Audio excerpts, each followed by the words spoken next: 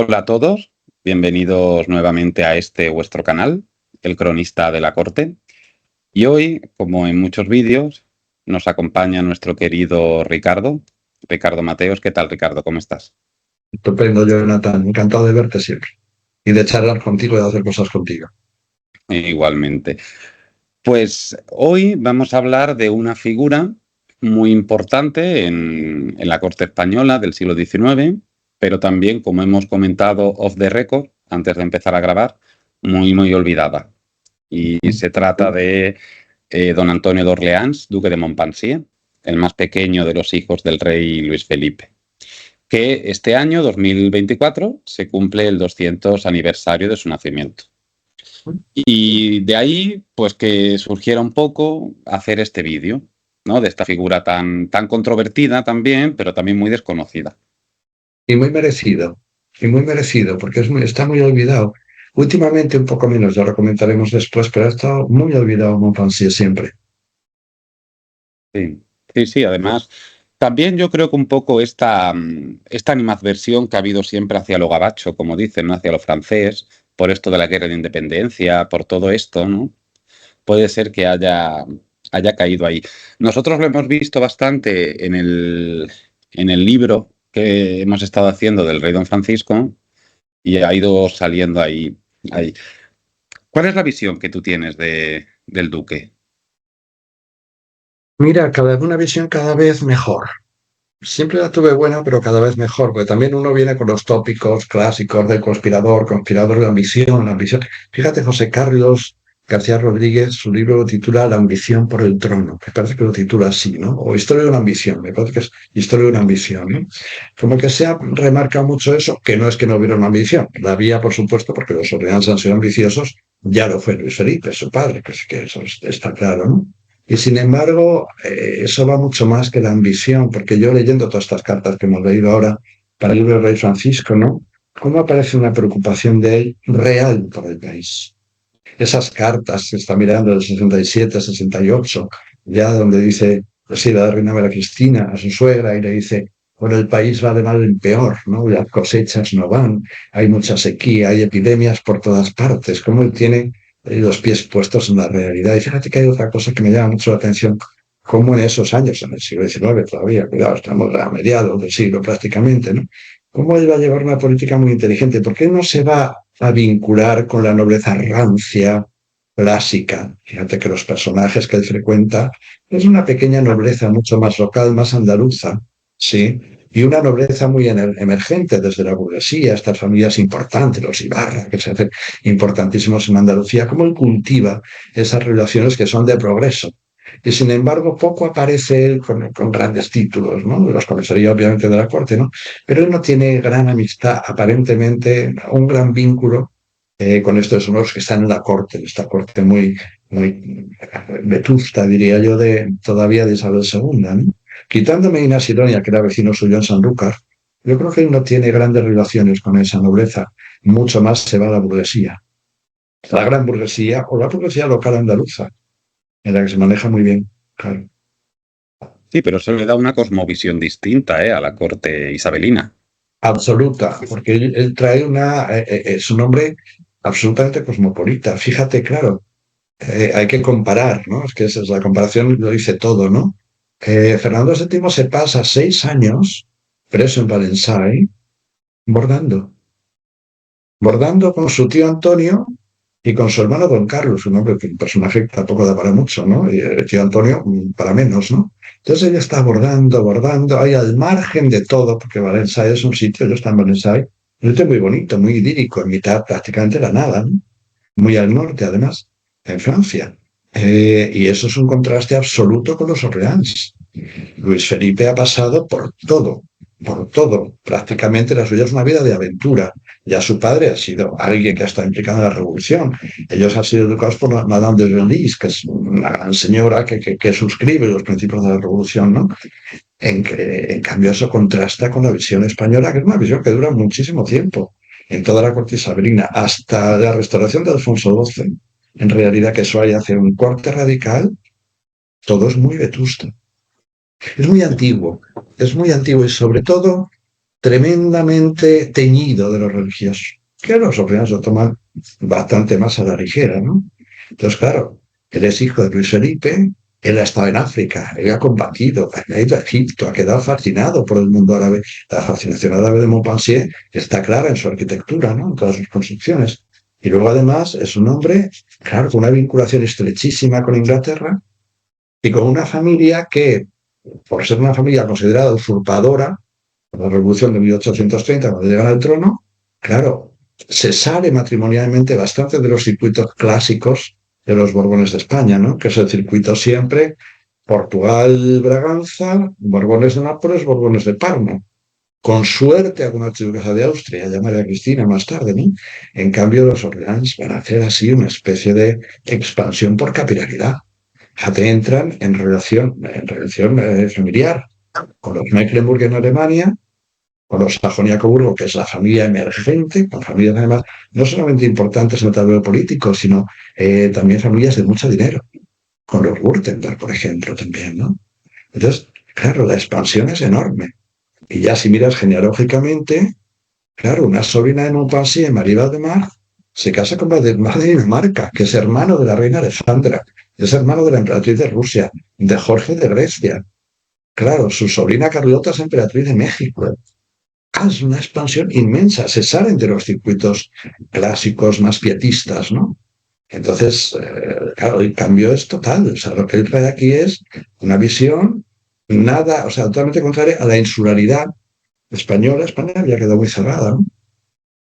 Y luego el manejo, la visión comercial, la visión de los dineros, de la importancia de eso, y la visión política. Los Orleans suscriben desde el primer momento los valores clásicos de la Revolución. Ayer estaba mirando, fíjate, justo estaba revisando algo de nuestro libro, ¿no? Y me doy cuenta de una cosa, cuando Isabel II mete a sus hijas en el Sagrado Corazón en París, claro, las mete en una institución cuya finalidad es preservar un poco a estas niñas de los principios, y lo dice así, ¿no?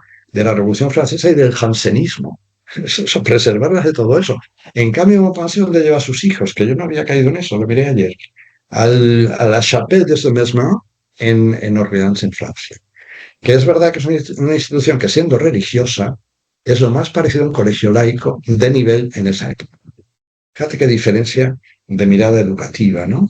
El interés por la cultura, el valor de la cultura, del conocimiento, de los viajes. Las hijas de Montpensier, los hijos van a vivir en muchísimos sitios. En Inglaterra todo el tiempo, en Tunbridge Wells, en Claremont House, en Twickenham, en Marble Hill. Van a vivir también en Cannes, van a vivir en París, están un tiempo en Lisboa, van por supuesto a Viena, al Palacio Coburgo, a ver a Clementina, a su hermana. Van a Alemania, están por todas partes. Y finalmente va a Rusia, a la coronación de Alejandro III. Es decir, es una amplitud total, es una mente absolutamente abierta. Y yo cada vez lo veo, como te decía antes, como una ocasión perdida para la Casa de España. Un hombre que habría traído mucha modernidad y que hubiera podido manejar a Isabel II desde otro lugar. Sí. Los Orleans serán más apuestos, más aguerridos, más valientes, tenían muy buena prensa, no solamente Montpensier, sus hermanos, Aumale, Joinville, Nemours, todos. Claro, es un mundo totalmente distinto.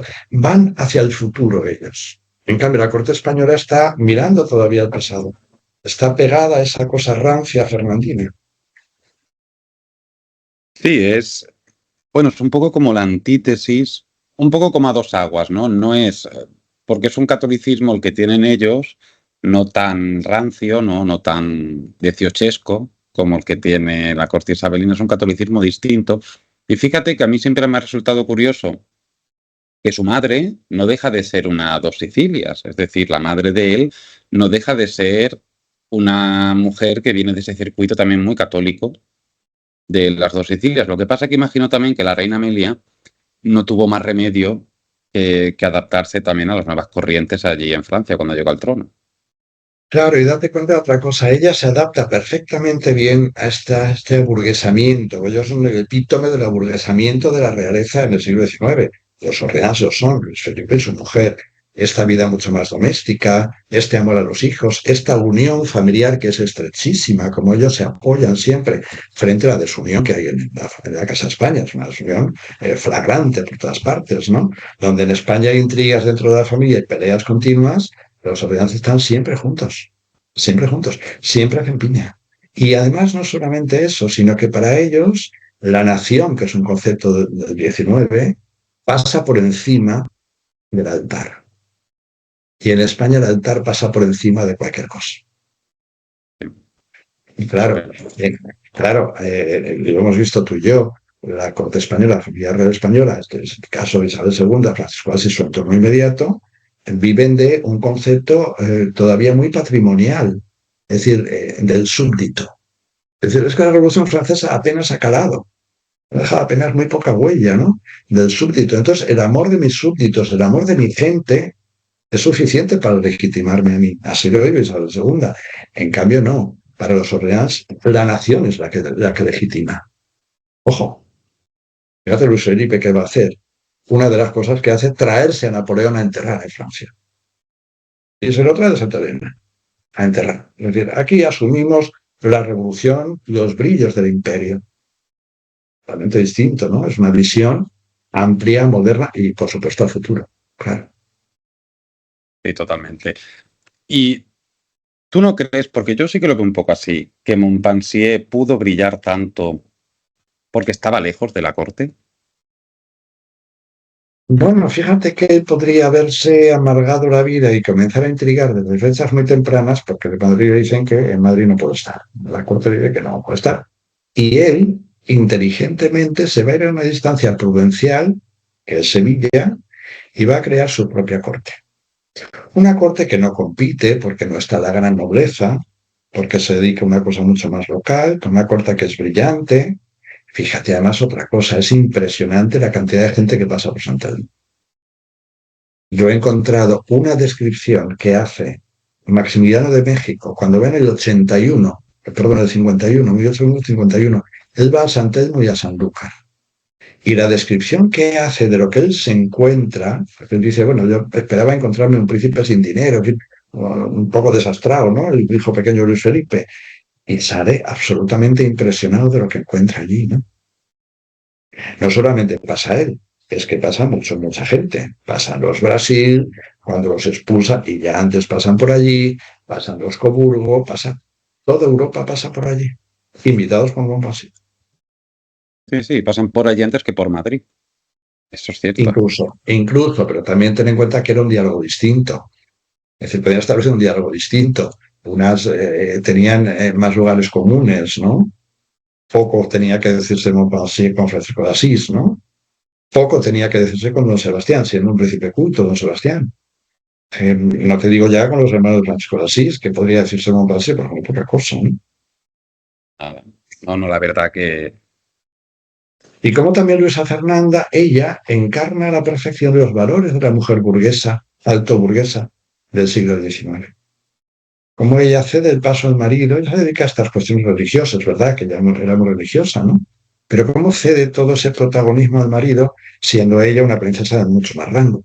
En realidad, porque el rango más alto lo tiene ella, ¿no? Pero cómo ella va a encarnar este principio de mujer alto burguesa. Los valores son la familia, la educación de los hijos, el cuidado por la salud. También es muy importante esto, ¿no? Como él, así como Isabel II va a intentar manejarse con lo que tiene aquí, o estos homeópatas que no la corte de España, y otros muy lejos, ¿no? Cómo él está tratando a sus hijos en los sitios más importantes. En Harley Street, en Londres, donde están los médicos de mayor prestigio, los más modernos, los que tienen técnicas más novedosas. El otro día leía una cita de la reina Victoria, que a su hija le dice, Montpensier se ha apuntado al método Banting para perder peso, que era un método que se puso muy de moda hacia 1880, una cosa así. Estaba muy a la paz de lo que se llevaba, ¿no? De lo novedoso. Sí, fíjate que la duquesa, por lo menos tal y como la tenemos entendida hoy en día, porque tampoco hay nada escrito sobre ella, a mí me resulta curioso lo bien, por lo menos aparentemente, yo creo que sí, yo creo que se van bien, lo bien que se llevaban para ser tan diferentes, porque tenían que ser bastante diferentes. Y hay otra cosa que llama poderosamente la atención, fíjate. En unas familias donde los hijos ilegítimos o extramatrimoniales eran moneda corriente, entre los Orleans también, ¿eh? O sea, la generación de Antonio Montpensier, no hay ni un solo registro, ni un solo rumor de una infidelidad o de algún hijo de la Mengos, como dirían, de Montpensier. Nada. Ellos son el ejemplo de la burguesía ascendente. Es impresionante, ¿no? Luego ella se acomoda a eso, él se acomoda a eso también. Le da un sitio mismo a lo religioso, un espacio que él considera que tiene que dar a las romerías, a las iglesias, a los cultos andaluces.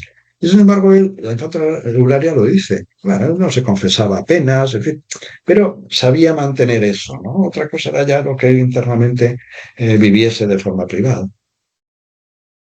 Sí, pero luego fíjate la antítesis de él, ya no con su mujer, sino con su hijo, por ejemplo, porque con su hijo sí que hubo, no sé yo si hijos ilegítimos, pero amantes y todo eso, con su hijo sí que hubo.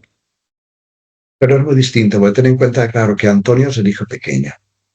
Y Eso. entonces es el más pequeño de todos. Y a Antonio ya le pilla muy mayor a Montpensier. Le pilla ya en los últimos años cuando él sí empieza a complotar contra Isabel II, que Antonio nace en el 66, Eulalia en el 64, era 2 años mayor. O sea, le pilla ya en ese momento donde ya todo explosiona. Entonces Antonio es un chico que tampoco valía mucho, pero las esperanzas no estaban puestas en él. El niño de sus ojos era Fernando. Fernando era el hijo brillante, el hijo en el que han puesto todas sus esperanzas. El hijo que se ha educado en Francia, el hijo que tiene una cultura muy superior. Y pues Antonio lo dice la propia Luisa Fernanda, ¿no? Antonio es un chico que no da para mucho, ¿no? Esa fue la gran pena de ellos. Ten en cuenta, ellos pierden 6 hijos. Es que les quedan vivos 2. Sí, Es sí. una cosa tremenda, tremenda. Y uno de ellos, Luis, que tenía una enfermedad extraña que no se sabe muy bien cómo era, creo que Ana de Sagrera cuenta, ¿no? Que lo tenía, vivía como encerrado o en una habitación como que tenía una especie de acolchamiento o algo así, el niño sufría mucho. Entonces, esto fue también algo que a ellos, ten en cuenta, cuando Antonio nace, ellos han perdido ya muchos hijos, Sí. ya han sufrido mucho. Y ya se van de España, ya es un mundo distinto. Sí, y se despegan más, ¿no? Se despegan más de sus hijos en el exilio. Sí, porque ten en cuenta que primero se van a Portugal, después están en Portugal. Claro, a Fernando lo dejan un tiempo en un colegio en Mataró. Ellos están en Francia, ellos tienen, por un lado, cuando cae el Imperio francés, le devuelven los bienes. Él tiene que ir a Francia a recuperar sus bienes, tiene que gestionar todo eso. Tienen casa en Cannes, tienen casa en París, van continuamente a Inglaterra. Entonces, claro, ya los hijos quedan mucho más desgregados. Mientras que cuando ellos están en España, están muy asentados en Sevilla. Van los veranos a Inglaterra, sí, viajan, pero no es lo mismo, es una situación totalmente distinta. Claro.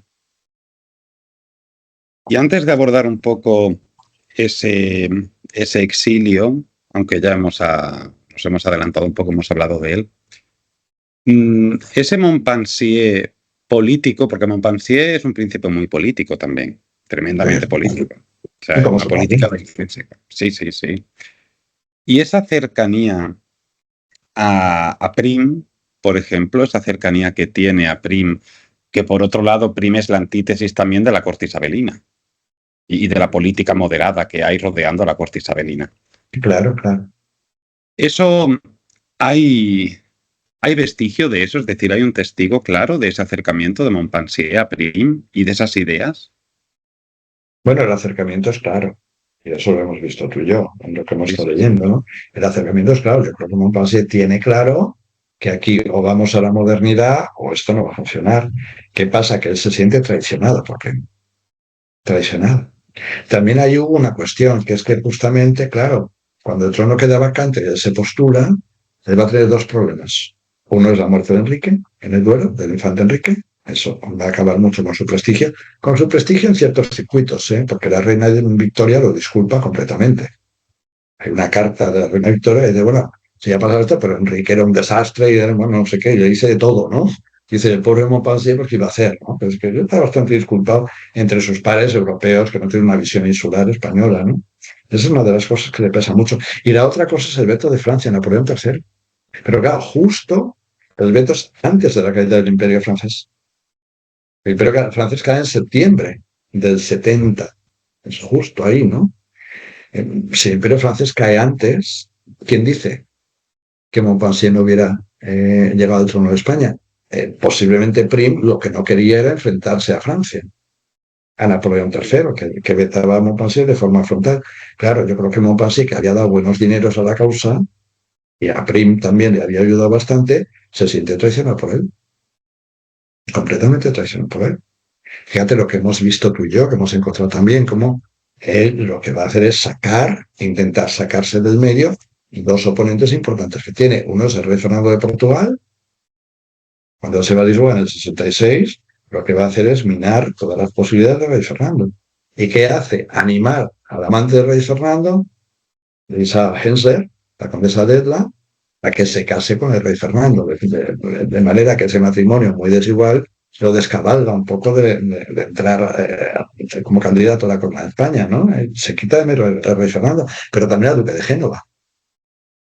Eso hemos encontrado como él, a través del padrastro del duque de Génova, el marqués de Rapallo, intenta influir para que Génova salga un poco de las candidaturas y quede un poquito envía a la periferia, ¿no? Es decir, que él tiene una política muy inteligente. Él quiere el trono, está claro. Lo quiere para él. ¿Que los derechos de Luisa Fernanda son fundamentales? Claro que sí. Pero él sabe que no tiene sentido que el trono lo tenga Luisa Fernanda. Él es la cabeza pensante. Y es un hombre con una cabeza muy bien puesta para lo económico. Ahora, volviendo a Prim, yo creo que se siente absolutamente traicionado, porque yo creo que Prim le da, hasta última hora, le está diciendo, bueno, que hay posibilidades, ¿no?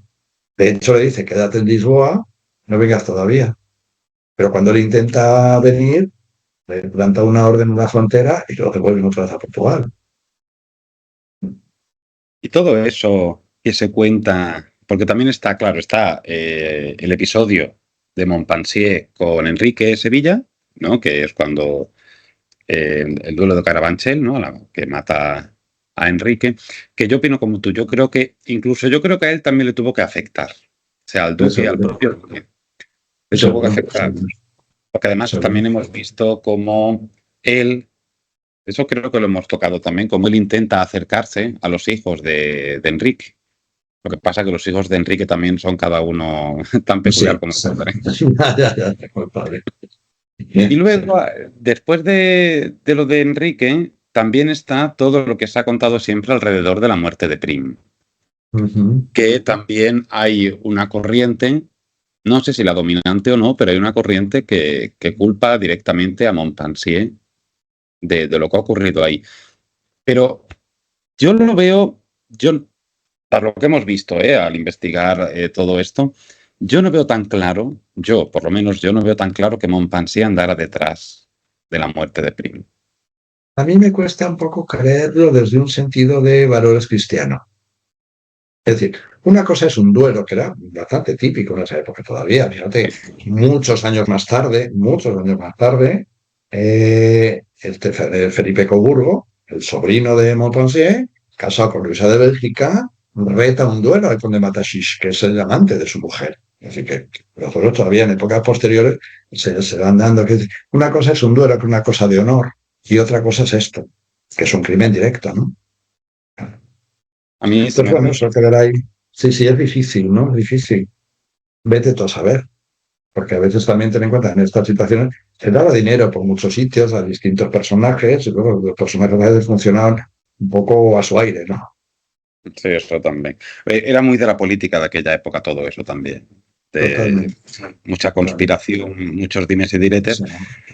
Y Montpensier, desde luego, aunque no tiene, por lo menos yo no le veo, que lo que hemos hablado antes, ese toque conspirador que hasta ahora parece que todo el mundo le ha dado, porque fíjate, una de las cosas que más me sorprendió cuando estuvimos haciendo lo del rey Francisco, es ver lo tarde que Montpensier entra en las conspiraciones, cuando yo pensaba que entraba a las conspiraciones desde el año 48.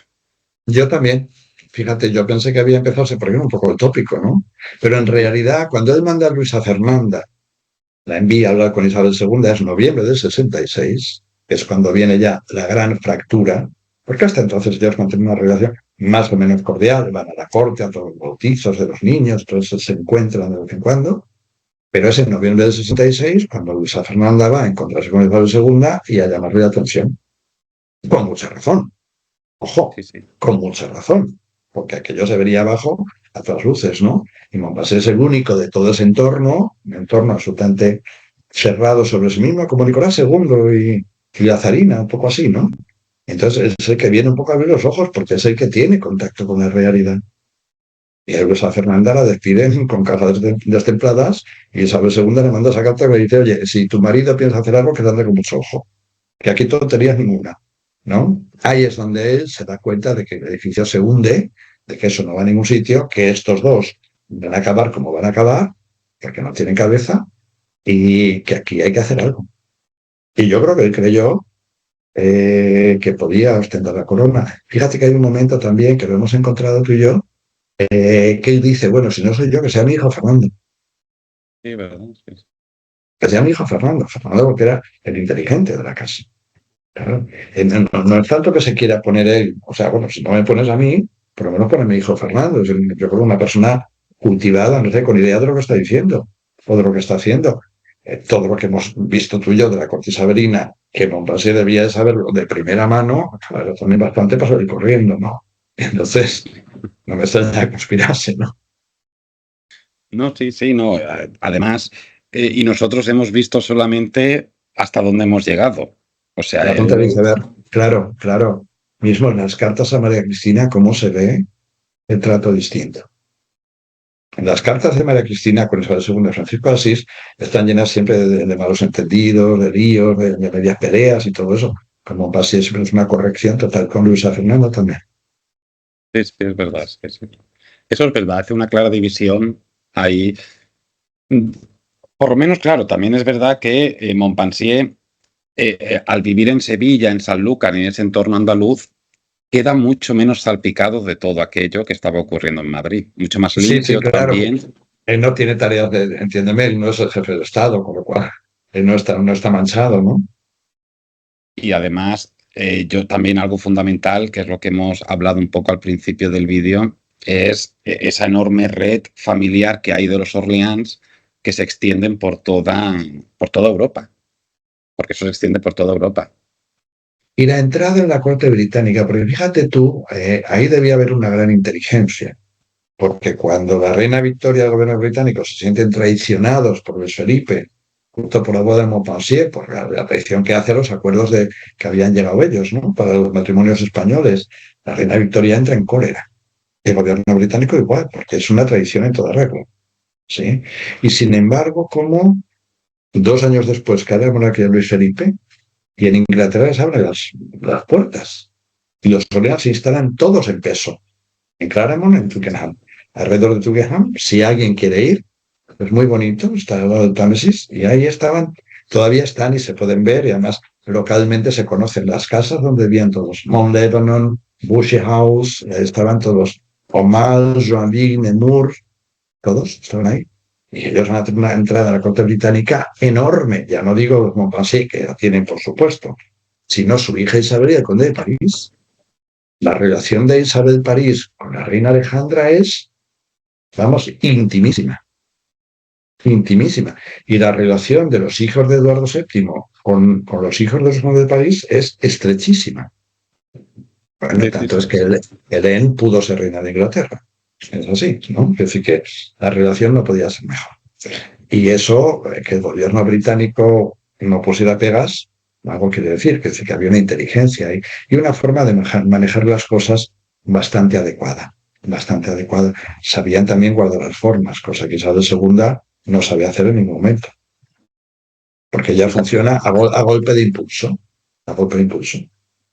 Totalmente distinto a él, porque fíjate que una de las condiciones sine qua non que pone Montpensier para liderar un poco luego en el exilio toda esta causa alfonsina es la reconciliación, por lo menos aparente y pública, del matrimonio entre Isabel Del y Fernando. matrimonio. Claro, Claro. No porque le importase, yo creo, a él desde un sitio moral, un lugar moral, no creo que fuera eso, sino porque las formas se tienen que mantener. Sí, sí, sí, sí, sí. Yo Y lo he llega un visto así. momento que él, harto, lo hemos visto tú y yo, harto, dice, mire, ¿sabe qué?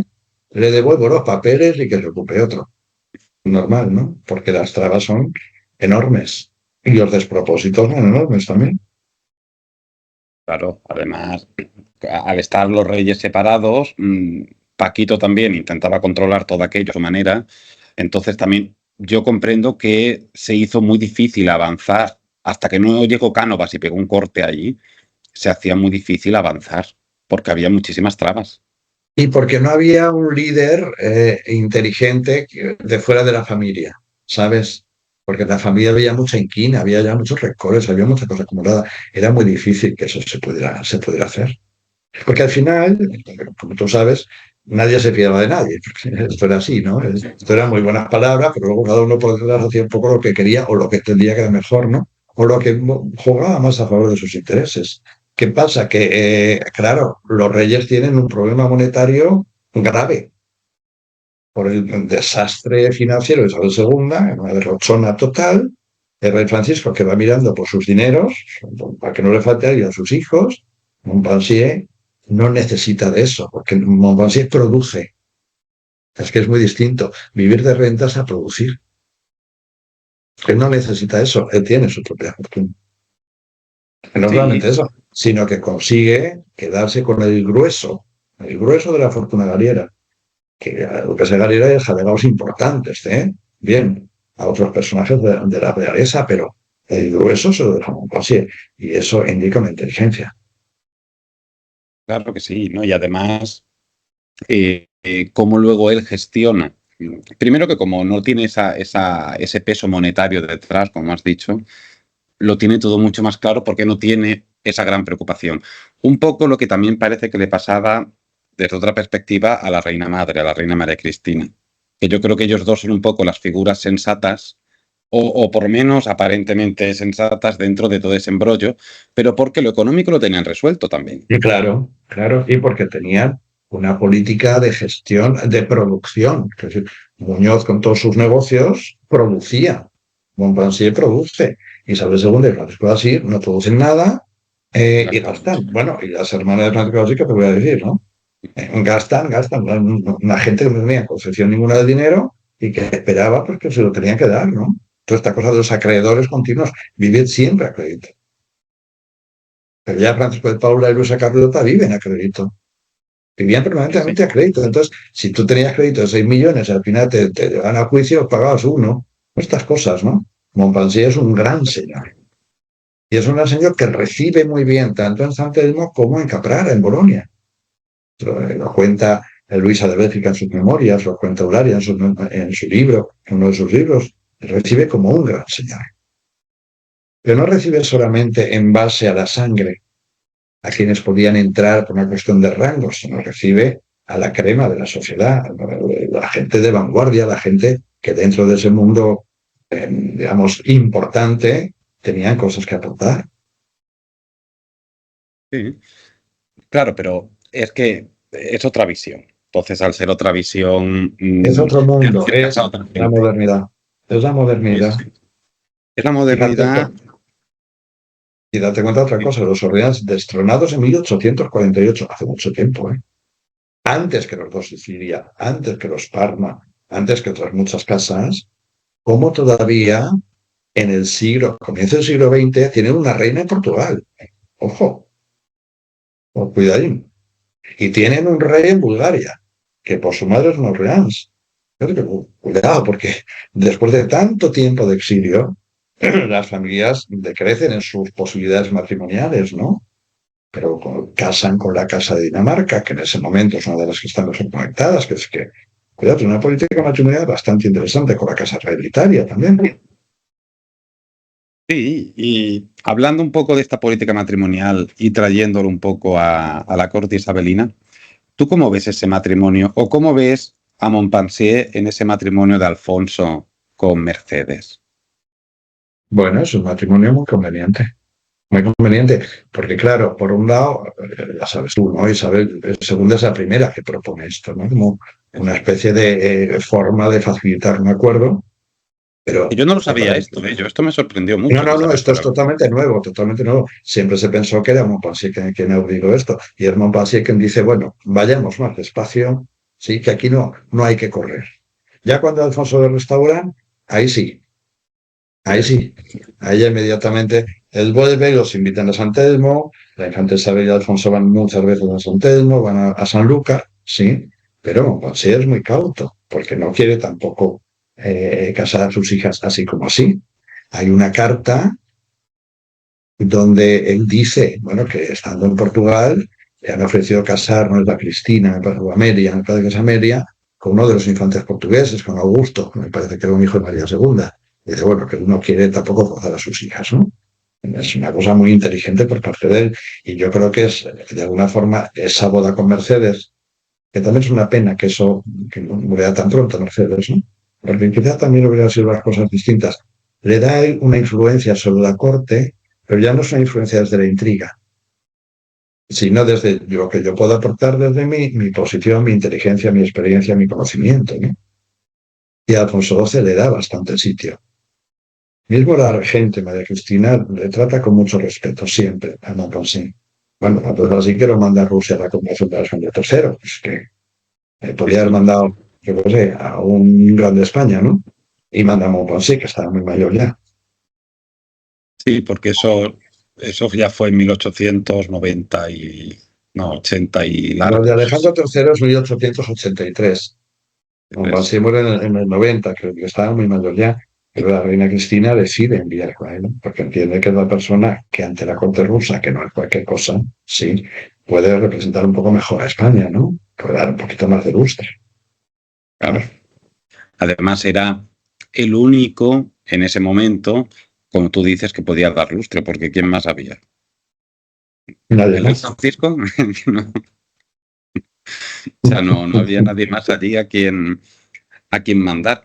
Y sí que es cierto que ese matrimonio de Mercedes, que yo no sé, yo no entro tanto en esa leyenda romántica que se ha rodeado tanto ese No, matrimonio. No yo sé yo. tampoco, pero dentro de esos matrimonios, de esa burguesía, entiéndeme, porque ya no es tanto la realeza en un sentido en 18, como decías tú, ¿no? Es mucho más un concepto burgués, pero sí que está claro, todos saben que tiene que casarse bien, todos saben que el amor es una cosa que no tiene por qué estar ahí metida, ¿no? Pero dentro de eso, yo creo que ellos tienen un cierto amor, ¿no? Entre Sí, ellos. También es verdad que el matrimonio dura 6 meses, que tampoco podemos ver mucho más, ¿no? Pero que el encuentro entre ellos es bueno, sí, sí, teniendo sí. en cuenta que, claro, que a los hombres les permitía en ese momento, y era una cosa socialmente aceptada, tener amantes de distintos tipos, ¿no? O hijos fuera del matrimonio. Pero yo creo que eso fue otra situación fallida. Fíjate, como a Montpensier se le cortan las dos ocasiones, ¿no?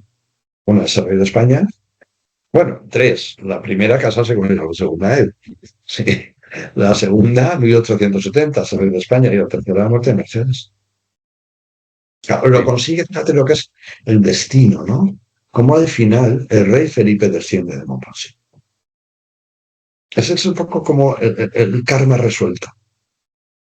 El Sí, rey es Felipe verdad. desciende de Montpensier, sí. Es curioso, como kármico esto, ¿no? Sí, bueno, ya le tocaba también a Montpensier al pobre, por fin Claro, claro, llegar claro, de esa claro. manera. Porque Sí. también lo intentó con eh, otra hermana, ¿no? Había otra hermana que querían casar con Alfonso. Creo que sí. Bueno, Cristina, cuando Eso, muere Cristina, Mercedes, Cristina. Sí. quieren casar a Cristina. Lo que pasa es que Cristina era muy enfermiza. Muere enseguida Cristina, además, o sea, muere a los pocos meses. Alfonso se queda viudo, empiezan a buscar muy rápido, porque Alfonso está enfermo ya, y entonces se postula a Cristina. Sí que lo hacían mucho antes del sororato, ¿no? Casarte con la hermana. Sí, era una práctica muy habitual, socialmente aceptada. Pero ¿qué pasa? Que Cristina muere enseguida. Muere antes de que se haya fraguado el matrimonio con María Cristina, se fragua muy rápidamente. Pero claro, no hay tiempo, no hay tiempo. Bueno, él luego consigue casar a Antonio con Eulalia, que por lo menos por ahí sí que va. Y Eulalia Sí que tiene, esto ya lo hemos comentado en el vídeo que hicimos tú y yo sobre la infanta Eulalia, ya hablamos de esto, pero es verdad que Eulalia lo ve como una especie de padre putativo, ¿no? Lo ve como... Tiene muy buena Porque opinión de él. Eulalia, que es muy lista, lo que detecta es de inteligencia. Eulalia, que viene de esa cosa sofocante, sofocante, porque en sus libros ella transmite mucho esta sensación de estar sofocada, de hecho ya no soportaba el calor en absoluto, ¿no? Entonces, claro, ella encuentra en Montpensier un agua que beber, una persona instruida, una persona que de alguna forma la estimula a ella. Claro, ¿qué estímulo podrías tener en la familia de Isabel II? No había caso. Estímulo intelectual, quiero decir, ¿no? Sí, sí, no, de tiempo Entonces, en directo nada. ella encuentra en Montpensier a alguien que no le va a decir que lea solamente obras pías, ¿sabes? Ella de hecho lo escribe y dice, discípulo de Voltaire, dice ella, ¿no? Cuidado, ¿de qué estamos hablando aquí? No, esto no es cualquiera. Claro. Y tú que yo sé que has pasado mucho tiempo en Sanlúcar y tal, ¿qué sensación crees, qué sensación has captado tú de la población de Sanlúcar hacia el duque de Montpensier? ¿Hay buen recuerdo de él? Y hay mucho respeto por su figura, muchísimo respeto por su figura. Es enorme, es enorme. Sí, sí, y eso además también es verdad, fíjate que es muy difícil que una rama segundona de una familia real haya podido mantener con el paso de tanto tiempo una presencia tan real, tan importante y tan inteligente, porque hay mucha inteligencia en esta familia, en una zona geográfica, una parte de España en este caso, ¿no? Eso no lo encuentras prácticamente en ninguna otra casa de Europa, que una rama aparentemente segundona, bueno, aparentemente no, segundona, ¿no? Que haya conseguido mantener todavía un cierto recuerdo, un cierto brillo, y que lleve a gala venir de quien viene, es muy importante. No solamente en Sanlúcar, en Sevilla también. ¿Eh? En Sevilla también. Fíjate hasta el punto en Sevilla que Isabel II, cuando vuelve del exilio en el reinado de su hijo, se tiene que ir de allí. Es decir, ella va a Sevilla a vivir y no es capaz de competir con esa corte de Montpensier. Y no puede, porque Isabel II no tiene ni de lejos esa cultura. Isabel II es una señora de salón, muy divertida, que da mucho para los salones de París, donde hay mucho gossip, ¿sabes? Este tipo de cosas divertidas, entretenidas. Pues esto que va al teatro a ver la gallina de los huevos de oro, pero que no se va a poner a leer a Voltaire, desde luego. No, desde luego. Entonces, claro, es un contraste muy grande, muy grande. Él cultiva mucho la inteligencia, la cultura, los personajes que aportan, que eso es una inteligencia también para ver quién aporta y quién no aporta. Claro, si pensamos en su patrocinio, que aportaba su patrocinio, dime tú, Marfori, claro, son los personajes que es que no aportan nada. El propio Meneses, ¿qué aporta Meneses? Más allá de una No, estabilidad de Francisco, nada. no aportan nada. No aportan nada, porque todos son personajes que tienen que vienen de historias muy legendarias, ¿no? La leyenda de su patrocinio, de dónde surge ella, esos amores con Rózaga en sus orígenes, ¿no? Que es una señora de familia bien, pero también una cosa como muy decimonónica, ¿no? De folletín, de novela, de. Sí, sí, sí, esas novelas. Meneses lo mismo. Marfori, son unos personajes, todos salidos, no se sabe muy bien de dónde, que han conseguido medrar a través de ciertos atributos o cualidades, pero que no tienen o diríamos un currículum que les avale, ¿no? Para estar en esas posiciones. No, y además que es gente totalmente desestructurada. O sea, viene de un origen muy desestructurado, todos, todos. Claro, claro, claro, claro. El entorno de Montpensier es totalmente distinto a eso. Totalmente es un entorno muy estructurado, muy ordenado, porque hay una cabeza pensante. Y otra cosa que marca, que denota inteligencia, fíjate, el rodearse de gente inteligente. Porque muchas veces los que están en el poder intentan rodearse de gente no muy lista, para que no les hagan sombra, ¿no? Y en cambio no, se rodea de gente inteligente y hace muy bien, claro. Sí, sí, sí. No, y él, además, yo creo que al rodearse de esa gente inteligente, también denota mucho esas ansias de aprender. Yo imagino que él también querría rodearse de gente que le enseñara, que le aportara. Claro. Él queda muy fascinado cuando va a África siendo joven. cuando va a Egipto, queda absolutamente fascinado. Es un hombre que quiere saber más, ¿no? Hombre que quiere, que aporta. Fíjate, su hermano, Omal, porque Montpensier está totalmente olvidado en Francia. Es curioso. Incluso los libros, tengo varios aquí, publicados en Francia, sobre hijos de Luis Felipe y todo eso, Montpensier pasa muy de soslayo. Si no le dan ningún valor, pero el duque de Aumale, por ejemplo, con su inmensa fortuna, lo que hizo en Chantilly, su enorme biblioteca, o sea, la gente, entiéndeme, que sabía hacérselo muy bien. Claro. Y que recibían, claro, sabían identificar lo que era la vanguardia de ese tiempo. Ellos saben dónde hay que ir, ¿no?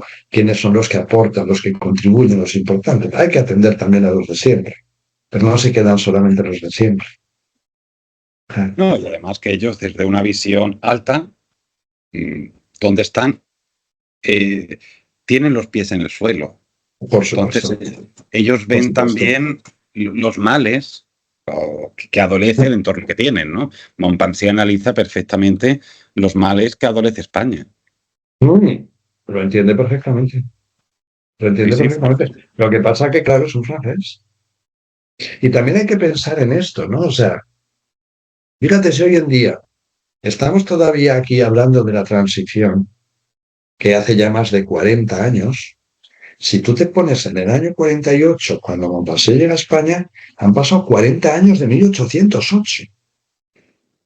Ojo, si yo veo tan cercana la transición, la veo súper cercana, aquella gente, en una época que la aceleración histórica era muy lenta, ¿no?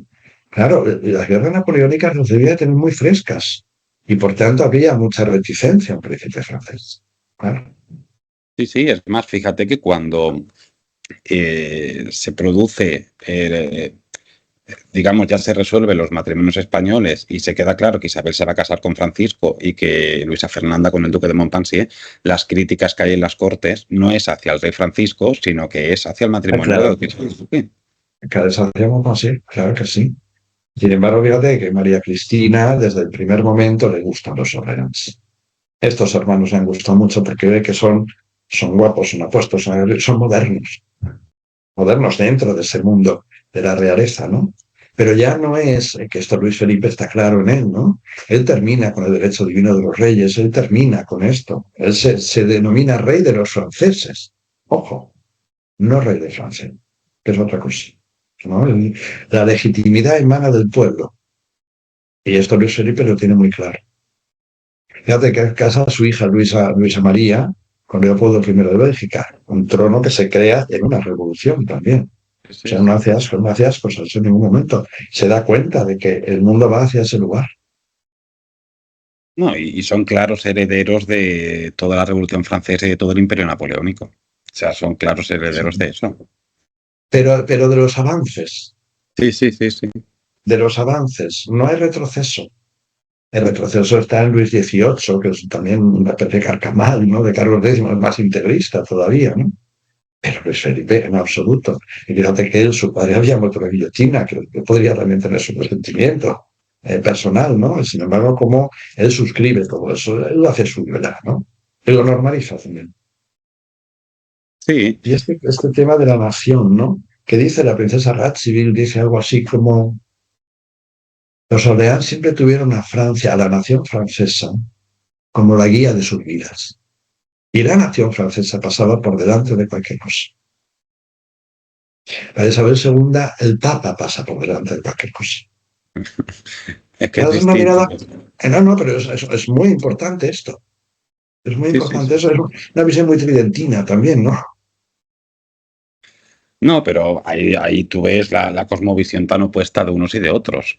Es decir, como uno sí que avanza a lo largo del siglo XIX y aprende de todas las revoluciones que han habido detrás, no solamente de la Revolución Francesa, sino de la Revolución del 30, de la Revolución del 48, es decir, ahí van aprendiendo.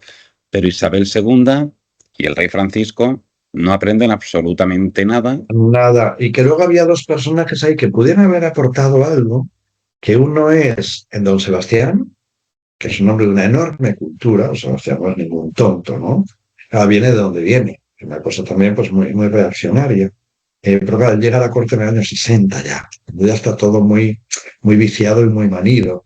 y por otro lado, él cierra filas también en torno a esta beatería, porque al final cuenta más el altar casi que el trono, o va junto, ¿no? Y la otra figura es Enrique Sevilla. Pero Enrique Sevilla, ¿qué le pasa? Que se va a unos extremos y pega unos mandazos tan grandes, porque es muy moderno Enrique Sevilla, o sea, un señor que no sé, que en 1850 o por ahí, o 50, 60, un señor que se interesa por la Primera Internacional, o sea, que sabe quién es Karl Marx, que sabe de qué va esto, un personaje podría haber hecho mucho, ¿no? Pero se va a unos extremos tan grandes y pega unos mandazos tan grandes que al final se desacredita el mismo. Sí. Porque cuando los matrimonios españoles, todavía, justo antes de la boda de Isabel II y Luisa Fernanda, Inglaterra sigue considerando a Enrique como un candidato bastante potable, porque lo ven un tipo bastante más moderno. ¿Qué pasa? Que luego, claro, lo que hace son barrabasadas todo el tiempo, ¿no? Pero esos eran dos personajes que podían haber contribuido, pero uno desde un sitio muy extremo, que es Don Sebastián, y Enrique desde el otro lado, lo que hacen es estirar el chicle, es decir, que no contribuyen, no aportan, sino que estiran, ¿no? Es una pena. No, y que además, como ellos se encerraron, porque el rey Francisco e Isabel II, como tú sabes, se encerraron sobre sí mismos, sobre todo a raíz de la Revolución del 54, de la Vicalvarada, tampoco creo yo que ellos hubieran dejado que nadie les aconsejara, mucho menos Montpensier. No. Montpensier, por supuesto que no. Pero hay algo también, claro, que esto es como muy del inconsciente colectivo, no sé cómo decirte, arquetipos, ¿no? Porque yo veo en ellos dos esta resignación que aparece en Luis XVI y María Antonieta. Ellos ven que ese edificio, las cartas están, tú lo has visto como yo, ¿no? Ellos ven la revolución que viene, la revolución que viene, la revolución que viene ahí, que viene la revolución, y sin embargo es la resignación, lo que Dios disponga. Entonces, este encierro, que es un poco Luis XVI y María Antonieta, que saben, o debían de intuir que se acababan sin cabeza, pero saben que ellos tienen que ir a patina. Y lo mismo Carlos I de Inglaterra y Enriqueta María de Francia. Es lo mismo. Ellos dicen, aquí católicos hasta la muerte y sin cabeza te fuiste. ¿Sí? Como Carlos I mantiene todavía eso, y Nicolás II y Alejandra es lo mismo.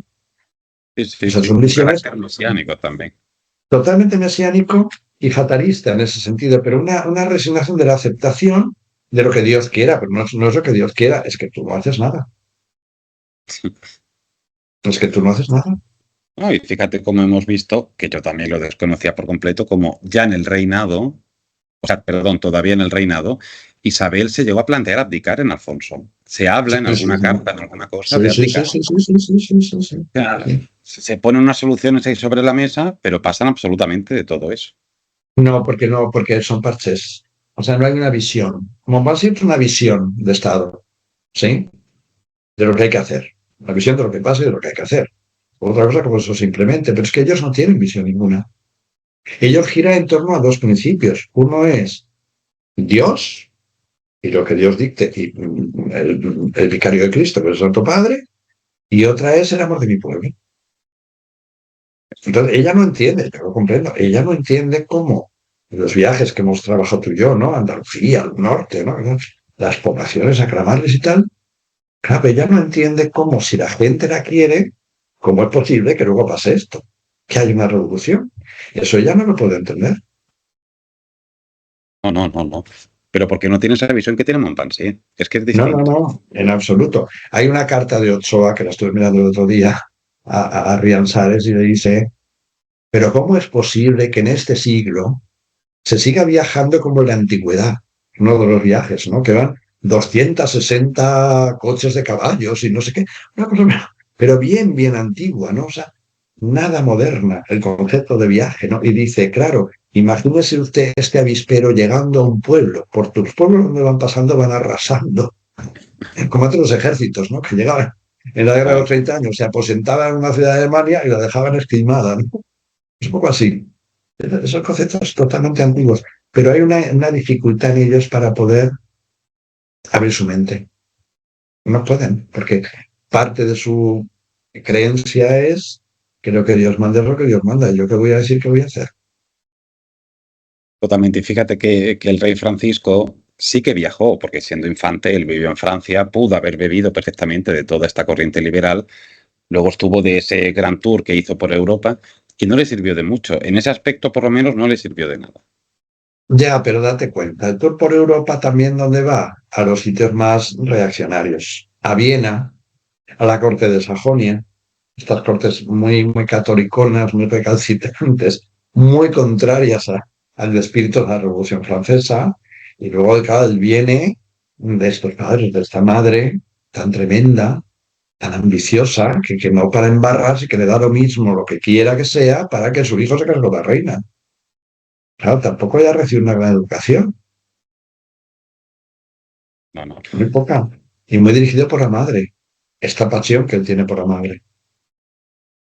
Sí, hombre, el rey Francisco yo sí lo considero un hombre medianamente culto, lo que pasa con una cultura malentendida también, muy más vinculada a Y la muy de fe. corte clásico.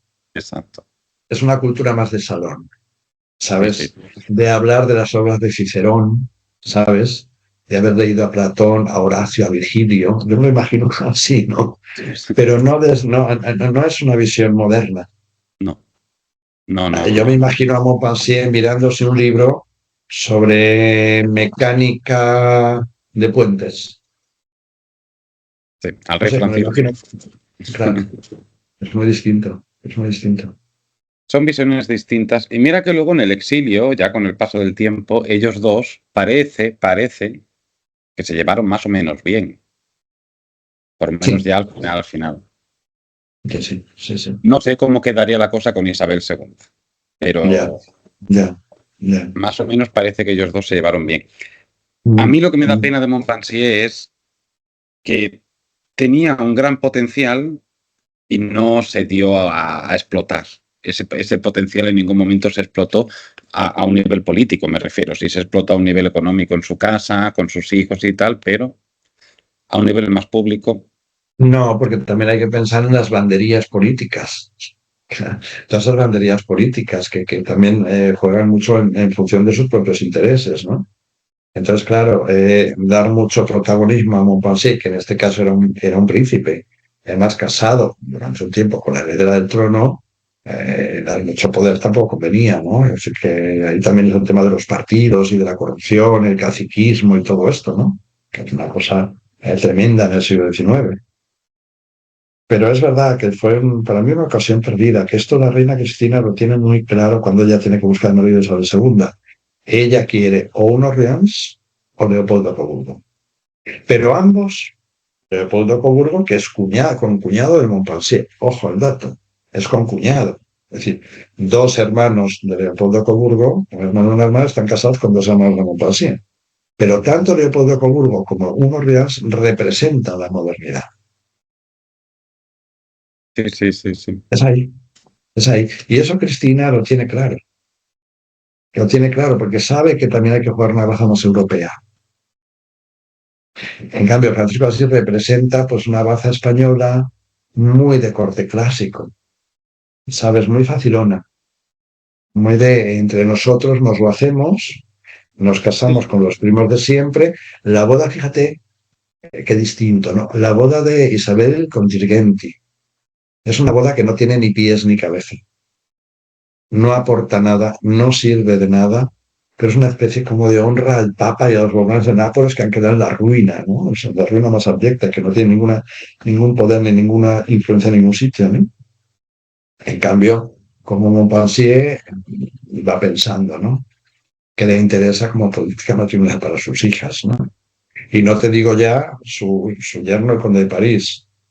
La visión ahí, entiéndeme, una hija reina de Portugal, otra que pudo ser reina de Inglaterra, cuidado, otra duquesa de Aosta, en Sí, fin, sí. Es que es una visión más europea. En cambio, lo otro es una visión mucho más insular, mucho más de estar sí. por casa. Más rural en un punto, ¿sabes? Como más de mirarse, de mirarse un poco el ombligo. Entonces, ¿qué pasa? Que Montpensier, por otro lado, trae esa fascinación que España ejerce en esa primera mitad del siglo XIX, en Europa y en Francia en particular. La especie de idea romántica de la España de Carmen de Bizet, ¿sabes? De Mérimée y todo esto, ¿no? Él trae esa visión. Lo que pasa que, pues aquí poco puede hacer. Porque yo creo que tampoco has entendido lo que trae. No has entendido ni por la nobleza importante que está en las pequeñas intrigas de la corte, que además es una nobleza española bastante inculta en general, y ya no te digo pues la nobleza, la pequeña nobleza local. Por eso el con quien va a tener buena relación comerciales y de otros tipos es con esta burguesía ascendente. Está claro, ¿no? Con las familias del vino, con las Santos Ibarra, que son los navieros, sí, con toda esta gente que lo que están haciendo es intentar prosperar, entrar en los negocios, los buenos negocios. Pero él no se va a manchar las manos, por ejemplo, con Cuba, que era una cosa más vidriosa. Sí, es Él verdad. no mete, es curioso, no mete la mano en Cuba, que la meten todos. Sí. Muñoz el primero, ¿no? Él no mete la mano en Cuba. No, No, no, bueno, no va fíjate por ese que lado. a él lo llamaban el naranjero, ¿no? Que por eso, Claro, precisamente, claro, porque claro. cultivaba naranja. Sí, sí, sí, sí, sí. Claro, que es una cosa pues muy mirada desde arriba, con cierto snobismo, ¿no? Pero ¿qué pasa? Como los ordenanzas ya venían de ser regicidas y todo esto, y que ellos habían ganado el trono por una revolución, pues un poco tenían un cierto permiso, ¿no? No, y además que él también, yo creo que, esto lo hemos hablado muchas veces, pero la grandeza o la nobleza y la aristocracia española no tienen nada que ver, por ejemplo, con la nobleza más alemana, más francesa, más británica. En absoluto, como en la nobleza francesa en el 19 ejerce un enorme mecenazgo. La nobleza francesa promueve la vanguardia en arte, en cultura, en todo. Hasta el final de la Belle Époque, la gran nobleza francesa, tú ves estas conferencias de gente importante o la presencia de pintores, escritores, etcétera, en los salones de la gente bien. Esto Sí, por todas partes, aquí en España, bien poquito. Calaba pues muy eso. poco lo de fuera, pero también es verdad que la aristocracia clásica, yo creo que viajaba muy poco, Sí, muy poco. Ten en cuenta que en Francia claro, hay mucho también, hay muchos matrimonios mixtos. La nobleza española es muy endogámica dentro de lo español, pero tú ves muchos matrimonios de alta nobleza francesa con alta nobleza alemana, por ejemplo, o inglesa. Hay mucha transacción que se da ahí de sangres. Aquí no. Para encontrar una boda mixta, aquí, bueno, sí, claro, el duque de Alba, sí, que se claro. casa con una Stolberg. Es un caso muy raro, ¿no? Pero lo demás, o el duque de Osuna, que se casa con una Salm, son casos muy raros de grandes personajes, ¿no? Pero no hay este blend que sí que se da en Centro Europa. Se da en Francia, se da en todo el imperio, se da incluso con Austria y, por supuesto, con Inglaterra, ¿no? Es muy distinto. Entonces, ¿qué pasa? Que, claro, Montpensier es un hombre que tiene un pie en muchos sitios. En muchos sitios. Claro, porque esta gente viaja muchísimo. Porque él está en Inglaterra, claro, está en Inglaterra, pero está en Bélgica también. Está en Francia, está en España, está en Portugal. Está también en la corte austríaca en Viena, pues su hermana Clementina está en Viena. Su hermana Clementina es una mujer muy inteligente, ¿no? Está en Sí. México también a través de Carlota y de Maximiliano. O sea, él tiene una visión muy completa. Mientras que aquí existe una visión muy, muy pacata y muy insular, eso, muy peninsular, muy peninsular. Pues sí, Entonces, también. claro, claro, claro, claro. Y como él, fíjate, además es importante esto, ¿no? Porque todos sus hijos son creados infantes de España. Todos, sin excepción. Sí, Ojo. sí, sí, sí, sí. O sea, que estos, incluso las genealogías serias, las importantes muchas veces, la descendencia de Montpensier está colocada en la Casa de España, no está colocada en la Casa de Francia. Bueno, sí, porque son infantes de España, eso es cierto. Claro, claro, claro, claro. Sí, sí, Sí, sí, sí, sí, sí, sí. sí. Lo que pasa En que, fin, yo creo claro, que es un personaje muy rescatable y fíjate, pero que ha habido tanto vacío, porque en realidad, ¿quién rescata a Montpensier por primera vez? Ana de Sagrera. En su Reina Mercedes, Ana de Sagrada rescata a Montpensier del olvido, hombre, sí, había un recuerdo de él, ¿no? Más de la intriga y todo eso, pero ella da carne por primera vez al personaje. Que el libro de Ana María, después una biografía de Carlos Ross, el capítulo que yo le dedico a mis infantes desconocidos en el 96 y luego el libro de José Carlos García Rodríguez. Y no Sí, hay sí, no más. hay, Y en no hay Francia no hay más. nada, nada, nada.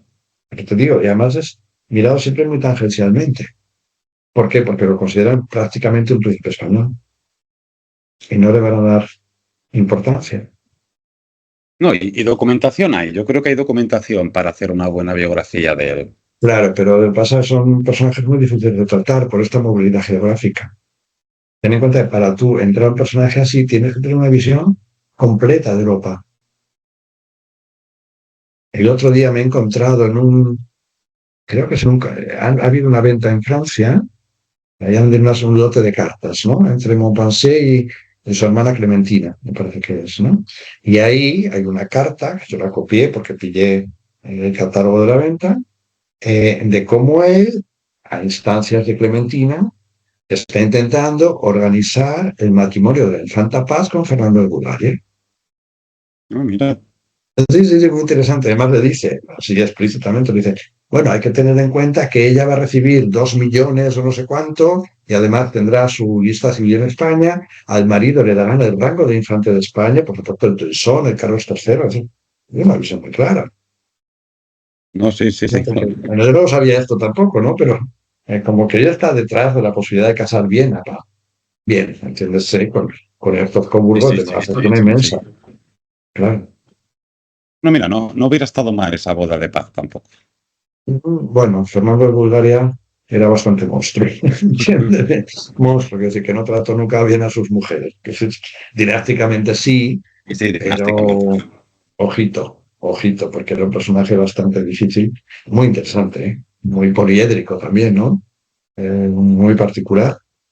Mm, El Fantasía le gustaba mucho, quedaba muy bien con él. Pero sí, sí, pero lo que te quería decir es como Pansy está detrás de eso, ¿no? De esa posibilidad de casar a Paz bien. Claro, pues se casa a Paz con un sobrino suyo y a Eulalia como un hijo suyo, pero también es una red que se va tejiendo, ¿no? Porque de otras familias finalmente la influencia pasaba por la red también de parentescos que tú tenías.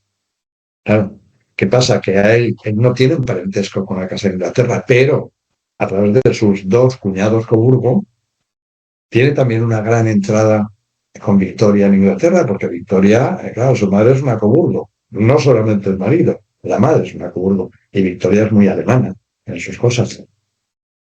Y fíjate que Victoria, pese a lo que pasó en el año 46 con esto del matrimonio, luego tiene buena opinión de él. Sí que Sí, tiene sí, una opinión. totalmente, totalmente una muy buena opinión de él.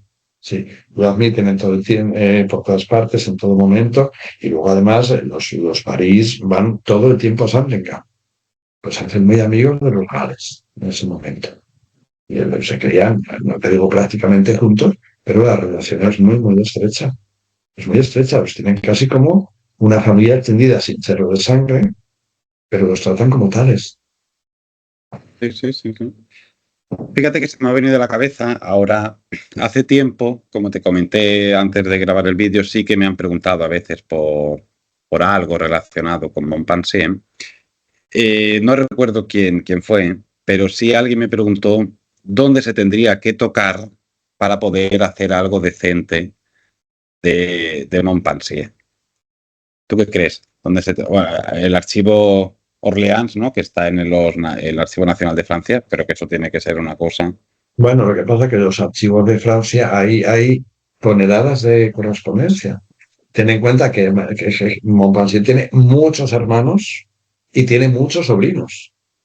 O sea, eso es una masa ingente de documentación solamente epistolar. Luego está lo que hay en el Archivo de Borbón en Sanlúcar, lo que haya en Palacio Real, que debe haber algunas cosas, y luego cosas fragmentarias. En Windsor seguro que hay, y alguna correspondencia mantendría también con príncipes o reyes de otros lugares. Eso seguro.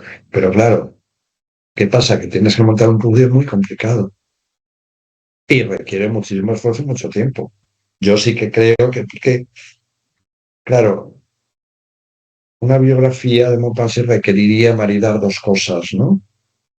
Una psicología del personaje entendido de forma profunda y luego todo lo que es la vivencia, ¿no?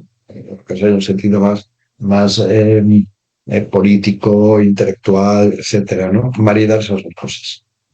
Y eso no es fácil. No, y entender la corte española también, que no es fácil tampoco. Claro, no, que no es fácil, que no es fácil, es una corte muy manejable, porque no tiene un hilo conductor, es decir, es una corte absolutamente errática.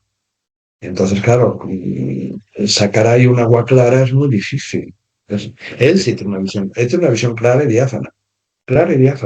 Sí, sí. El resto ya es otra cuestión, ¿no? Entonces, yo animo a quien quiera, desde luego, pues es una tarea bastante titánica. Bueno, al final reconstruir estos grandes personajes son tareas titánicas. Aunque hay Sí, gente que tiene la capacidad, oye, hay gente que tiene mucha capacidad para hacer síntesis muy buenas. Es muy difícil hacer una muy buena síntesis sin que el libro pierda fuerza, pierda carne, ¿sabes? Pierda solidez, construcción, etcétera, ¿no? no, pero fíjate que yo el otro día, pensando en que tenía que hacer este vídeo contigo, sí que se me viene a la cabeza y yo creo que es cierto, es mucho más complicado biografiar a Montpensier, por ejemplo, que al rey Francisco. Sí. Yo lo pensaba. Porque al final el rey Francisco es verdad que ha sido una tarea tremebunda, un trabajo tremebundo lo que nos ha costado, pero quieras que no, es el circuito español, con alguna pequeña derivación, pero muy escasa. Montpensier está Europa. Y para entender a Montpensier hay que entender a Luis Felipe. A ver, si no entiendes eso, vas muy cojo, ¿no? Y entender también este concepto de familia unida que se ha de apoyar, porque vienen de haber pasado tantas dificultades. La reina María también, por ten en cuenta que la reina María también se ha criado en Sicilia cuando han expulsado a los hombres de Nápoles, que también ha pasado lo suyo, ¿no? Y Luis Felipe cuando llega allí a Palermo, pues es un don nadie. Un don nadie que no tiene nada, nada, porque la inmensa fortuna de ellos ha quedado totalmente en Francia, está incautada, secuestrada, ¿no? Entonces, claro, ellos ¿qué hacen? Hacen una construcción muy bien unida y dicen, bueno, a partir de aquí todos tenemos que apoyarnos a todos. Y genera esta fratría muy bien trabajada. La reina María, una madre también muy dedicada, porque ellos tienen una relación muy estrecha con los hijos. Sí. ¿Verdad? No eran estos hijos que se dejan, que era lo habitual en la época, ¿no? En manos de preceptores, etcétera. No, es una relación muy estrecha. Y eso hace que haya una corriente de amor que Isabel II no ha conocido. Y que Luis Francisco de Asís tampoco. No la ha conocido en sus casas. No, son casas No, donde no se ha cimentado el amor, no ha sido el cemento. En cambio, en casa de Luis Felipe sí. El amor ha sido el cemento. Y luego también la necesidad de salir adelante, porque todavía con Luis XVIII y Carlos X ellos tienen una posición un tanto inestable en Francia, porque les tienen un poquito de miedo, ¿no? Entonces, no lo tenían muy claro. Y luego también poseedores de una inmensa fortuna que han de salvaguardar y han de saber explotar. Claro. claro, pero fíjate que ellos, cuando se casan, me refiero a Luis Felipe y Amelia, es lo que tú has dicho, está en el exilio, en Palermo, que es que no tienen ni siquiera oportunidad de moverse por el continente porque está en esa isla, con esa suegra que tiene Luis Felipe, que es Carolina de Nápoles, que eso tenía que ser pues una Bueno, lucha. muere muy pronto, muere enseguida, Sí. poco después de casarse. Porque los primeros hijos nacen en Palermo, ¿verdad? Los primeros Los hijos de Luis primeros sí, Felipe nacen en Palermo. Sí, sí, sí. nacen en Palermo. Y yo creo que ese exilio también les sirvió para fomentar eso que tú dices, esa unidad familiar, esa unidad con los hijos, ese amor por los hijos que luego extrapolaron ya al continente cuando fueron reyes. Eso Isabel II y Francisco de Asís, pues no, para No, nada. no. Y que los Felipe y los Órdenes tienen claro que sin unas buenas finanzas, unos Claro. príncipes no se sostienen. No se sostienen. Sí, solamente de lo simbólico es muy difícil sostenerse. Pero fíjate tú cómo los Orleans, después de tantísimos años de no reinar, todavía el viejo conde de París del siglo XX, es un grandísimo personaje, pero ellos han conseguido mantener esa inmensa fortuna, pero sin perder. Han mantenido eso, que es muy difícil. ¿Cuántas familias destronadas han perdido todo en 4 días? No, sí, sí, eso es cierto. Ellos han Y, sabido. y destronadas mucho después. Aquí hay un ojo para las finanzas. Hay una escena que cuenta la condesa de Boigny, que estaba muy metida en la corte de Luis Felipe. Era muy amiga de Madame Adelaide, de la moderna hermana de Luis Felipe. Entonces cuenta ella que un día va a ver a Madame Adelaide y se encuentra y dice, de pronto veo un personaje mal vestido, con una barba muy sucia y vestido como un judío zarrapastroso. Y dice Madame Adelaide, no se preocupe, es mi sobrino Montpensier, que le gusta vestirse de judío y se va a todas las tiendas porque así como judío puede regatear. Dice, y a veces espera meses hasta que el objeto que quiere comprar es mucho más barato. Fíjate, tío. Mira, eso por lo menos se va. Es muy buena anécdota. O sea, cómo el tipo sabe el valor del dinero y sabe que vestiéndose de judío zarrapastroso van a saber el vendedor de la tienda que con un judío van a tener que regatear o que les va a buscar el céntimo, ¿no? O sea, como ya sabía él cómo tenía que funcionar. No, pero eso ya es un concepto de valor, que sí que tiene un concepto claro del valor del dinero, cosa que, Por pues, supuesto, por supuesto. Y de lo que el dinero posibilita, si tú quieres mantener un cierto estatus regio, no digo regio, pero principesco por lo menos, ¿no? sí, eso sí. Pues llevamos ya 1 hora y 28, 1 hora y media, que no está mal. Wow, wow, No está wow. mal. Fíjate, antes de irnos, no sé si quieres comentar algo más, pero también se me ha venido a la cabeza otra pregunta que me hicieron, que la respondí en privado porque me la hicieron por mensaje privado, Sí, sí, sí, sí. pero imagino que pueden tener la duda, así que la podemos responder aquí. Es, eh, es algo básico, pero es cierto que yo creo que en el canal, como estamos también para enseñar y para difundir, Sí, sí. sí que me llegaron a preguntar que por qué el ducado de Montpensier no lo heredó ningún hijo suyo. Claro, por No, pero es que esto hay que claro, tenerlo claro. No son ducados en un sentido de título de nobleza heredable, ¿sí? Son apanage. Un apanage es unos bienes que se le daban a un príncipe, ¿sí? Que iba a generar una rama segundona de una casa, ¿sí? Entonces, ¿qué pasa? Estos apanages, cuando el titular muere, y en Francia había una nación estricta, ese apanage volvía a la corona. Entonces, ¿qué pasa? Hubo, por ejemplo, la hija de Gastón de Orleans, de la Grande Demoiselle, ella fue duquesa de Montpensier. ¿Qué pasa? Que esos bienes revierten a la corona y de la corona vuelven a pasar otra vez, o sea, pasan a la siguiente casa de Orleans, que no es la misma, que no es el hermano de Luis XIII, es el hermano de Luis XIV. Entonces, ¿qué pasa? Eran bienes apanagés, es decir, el ducado en este caso de Montpensier, tenía unos bienes vinculados, los grandes bienes vinculados, ¿no?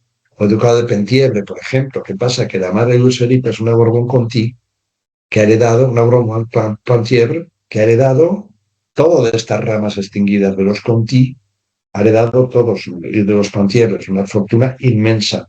Y luego la rama de los Condé, que es la otra que queda, que es una rama riquísima también, el último príncipe de Condé, Luis Felipe, prácticamente le obliga a que le deje la fortuna al duque de Aumale. O sea, le pide a Condé que sea padrino de Aumale y que le deje la fortuna del castillo de Chantilly y todo eso, una fortuna inmensa. Es decir, que Luis Felipe recoge todos los bienes de las distintas ramas de los Borbones de Francia, no de la rama mayor, de las ramas segundonas. Incluso de algunas ramas que son bastardas de Luis XIV. Entonces, lo que fueron acumulando ahí es enorme. Y Montpensier es un ducado, pero es un ducado no es de nobleza, no se hereda. Es decir, cuando muere Montpensier, revierte a la casa y su hijo, su yerno, el conde de París, lo renueve, se lo da a su hijo Ferdinand. Es decir, no podía heredar a don Antonio. Es como los títulos de aquí Soria, por ejemplo, ¿no? sí, sí. Revierte a la casa y luego se puede volver a dar, ¿no? Y si el último Montpensier hubiera tenido hijos, no se hubiera heredado, sino que eso pasa a la norma mayor. De hecho, hoy en día, ¿quién es duque de Vendôme? Me parece que el duque de Vendôme es el hijo el hermano del conde de París. Creo recordar, no estoy muy seguro. ¿Sí? Es decir, que vuelven a la casa y se vuelven a conceder. Es así, pero no es un título de nobleza stricto sensu, es un título de realeza de la Casa Real que tuvo en su momento adscritos unos bienes, un apanage. Sí, sí. Eso por lo menos un par de personas sí que me lo preguntaron. Claro, Entonces yo sí, sí. digo, vamos a aprovechar y lo contamos aquí en directo. No, es que esas cosas son como difíciles de entender, porque son estructuras muy antiguas, no son estructuras modernas. Claro, Sí, eso tal vez en el curso de dinastías que hagamos podemos dar un repasillo ya a esas estas cosas, cosas. sí, esos conceptos. Sí, porque hay, a veces cuesta separar lo que es la nobleza de la realeza. Esto cuesta mucho, conceptualmente, ¿no? Cuesta mucho. Sí, mira que Como que luego son parece, totalmente distintos. claro, como que parece que un príncipe es más que un duque. No. El duque de Montpensier es más que el príncipe de Salm. ¿Me explico? Sí, hay mucho que decir ahí. Sí. Pues bueno, ya 1 hora y media. No sé si quieres decir Bueno, algo más de don Antonio. no, no, esto que decía, ¿no? Que yo creo que es una ocasión perdida por el azar, por lo que sea, y que esto simbólico, a mí me gusta mucho lo simbólico, como es el karma, ¿no? Como al final el rey Felipe desciende de Montpensier. Esto me parece que es interesante, cómo ahí se cierra una gestalt, se cierra algo, ¿no? Y se cierra bien. Sí, sí, sí. Se da ya que él no pudo llegar a ser rey, por lo menos un descendiente suyo Y claro, que sea rey. Eso sí, dice porque bien. se truncó con Mercedes, ¿no? Pero al final la carambola, por azar, es el destino, porque esto no te puedes imaginar, esto, Alfonso XIII no piensa en esto cuando he casado con María, o sea, no está pensando en Montpensier, ¿no? Sin embargo, la carambola se da. Pues ya está. Yo creo que hemos hecho un buen resumen del Duque de Montpensier. Quedan muchas cosas por contar, seguro. Así que, Bueno, lo importante es que a alguien le pueda servir o le pueda interesar, porque por ahí a veces uno siente que dice muchos lugares comunes o muchos tópicos, ¿no? Pero bueno, yo creo que es importante que también las personas opinen y digan, ¿no? De estas grabaciones, porque claro, uno le puede dar por supuestas muchas cosas. no, y que además es lo que yo siempre digo, esto no es para nosotros, aunque nos entretenga mucho, esto es Ya, para la gente. Si es entre claro. nosotros, pues hablamos por teléfono, no lo hablamos así. No, y que aparte, mira, lo que uno escribe siempre para ser leído. Sí, sí, sí. Y claro, bueno, hay gente que acumula cosas en su casa que no las quiere compartir, pero eso no tiene ningún sentido, ¿no? No, hace No, cosas para que esas cosas sirvan, ¿no? Para que sean leídas o para que si a alguien le interesa se pueda informar un poco más, ¿no? sí, la finalidad de este canal del cronista es la difusión, que la gente Claro, que le interese claro. este tema, pues que aprenda y que haga preguntas y que haga críticas constructivas. O sea que yo, como siempre te digo, si alguien deja algún comentario, alguna Sí, pregunta o total. algo, yo te lo transmito sin problemas y respondemos a esa persona. Y yo encantado, Jonathan. Pues se me ha hecho corto, la verdad. Se me ha hecho A mí corto. se me pasó rapidísimo el tiempo. Bueno, ya pensaremos en alguna otra cosa. Sí, sí, Ahora que nos veamos en Sanlúcar, pensaremos en alguna cosa. ahora pensaremos algo y le daremos vueltas a algún proyecto y alguna cosilla por ahí. Pues, como siempre, primero, gracias Ricardo por estar al otro lado de la cámara. Bueno, a ti por tenerme en cuenta, porque al final no soy nadie, ¿no? Pero, No, no, tienes mucho fandom, ¿eh? Hay mucha gente que. Hay pero yo mucha gente que le gusta como mucho. no estoy en redes no me entero. No me Sí, sí, entero. sí, pero tienes mucho fan, tienes mucho fan. Eso siempre está bien. Sí, está bien, desde luego. Y también muchas gracias a vosotros por estar ahí, ya sea a través de YouTube o de alguna otra plataforma. Y como siempre, nos vemos a través del canal del Cronista de la Corte. Si tenéis alguna pregunta, alguna duda, cualquier cuestión en relación al Duque de Montpensier o que creáis que os podemos resolver o queréis algún tema que abordemos también en algún otro vídeo posterior, pues sin ningún problema lo comunicáis. Que yo todo se lo transmito a él y lo hablamos, de verdad que lo hablamos y lo hacemos sin problema ninguno. Así que lo dicho, muchas gracias, Ricardo. A ti. Bueno, y a vosotros, porque finalmente si los oyentes, uno, pues, ¿para qué sirve, no? Claro. Y muchas gracias a todos y nos vemos otro día en otro vídeo, también con Ricardo, y seguiremos abordando estos temas. Muchísimas Venga, gracias por estar ahí. cuando Y queráis, hasta cuando luego. queráis. Un gusto. Hasta luego.